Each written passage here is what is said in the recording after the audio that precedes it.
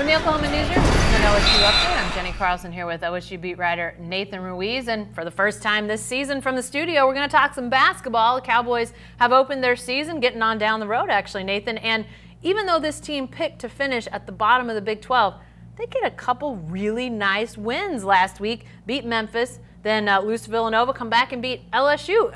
What does that say? Does it say they're better than maybe that prediction would say, or is the Big 12 just really, really good? Yeah, I think it's hard to tell just yet. It's possible that OSU might surprise some people. That's what they did last season, of course, in Mike Boynton's first year. Second season off to a similar start. Obviously opened the season with a disappointing loss at Charlotte.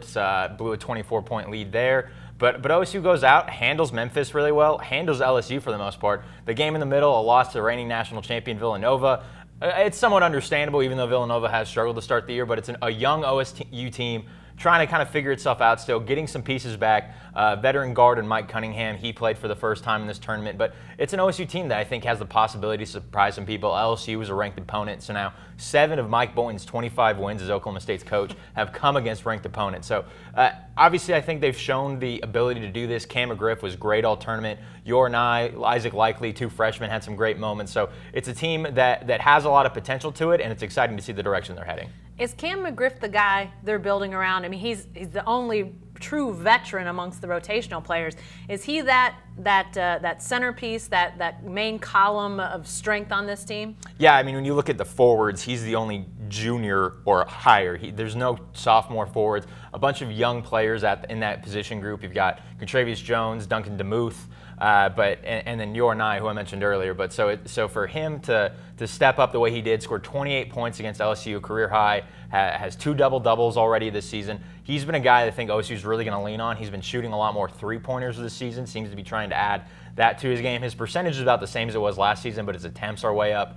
But he's a guy who I think this team is really going to run through. Obviously, you've got the other 2 captains, and Thomas Zazago, who's been great from 3. Lindy Waters, who kind of does everything everywhere. And then you've got another guy in Michael Weathers, who obviously sat out the first game, returning from a suspension, sat out all of last season as well as per NCAA transfer rules. So he's a guy who I think is probably OSU's most dynamic player. But Cam McGriff, I think, is going to be the guy who's most consistent and most consistently going to be OSU's leading scorer, OSU's main guy on the floor. These newcomers, you mentioned a lot of them as we've talked here. Is there a guy or 2 guys that you've been, I don't know if surprised is the right word, just impressed in the early going with what they've brought to the floor? Yeah, I'll start with Isaac Likely. I think he's the guy that Mike Boynton has been most impressed with. He's a freshman point guard. He's started every game so far this season. Had some growing pains early in the year, but he's a guy who OSU brought in knowing he was a leader, knowing he was a guy with a lot of potential.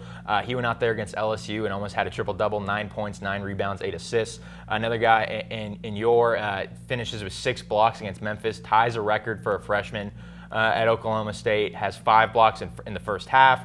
So there's some really dynamic pieces here. I don't know if any of these guys in that young class necessarily going to be big playmakers in 2 or 3 years, but you can see them being contributing pieces as this team goes along, and definitely as this program continues to build under Mike Boynton. All right, some good early signs for the Cowboys. We'll continue to watch as the season rolls along. Got finals week coming up, so a little bit of a lull on the horizon, but obviously Big 12 play will be here before you know it. Be sure to stay with the best coverage team anywhere at newsok.com and every day in the Oklahoman.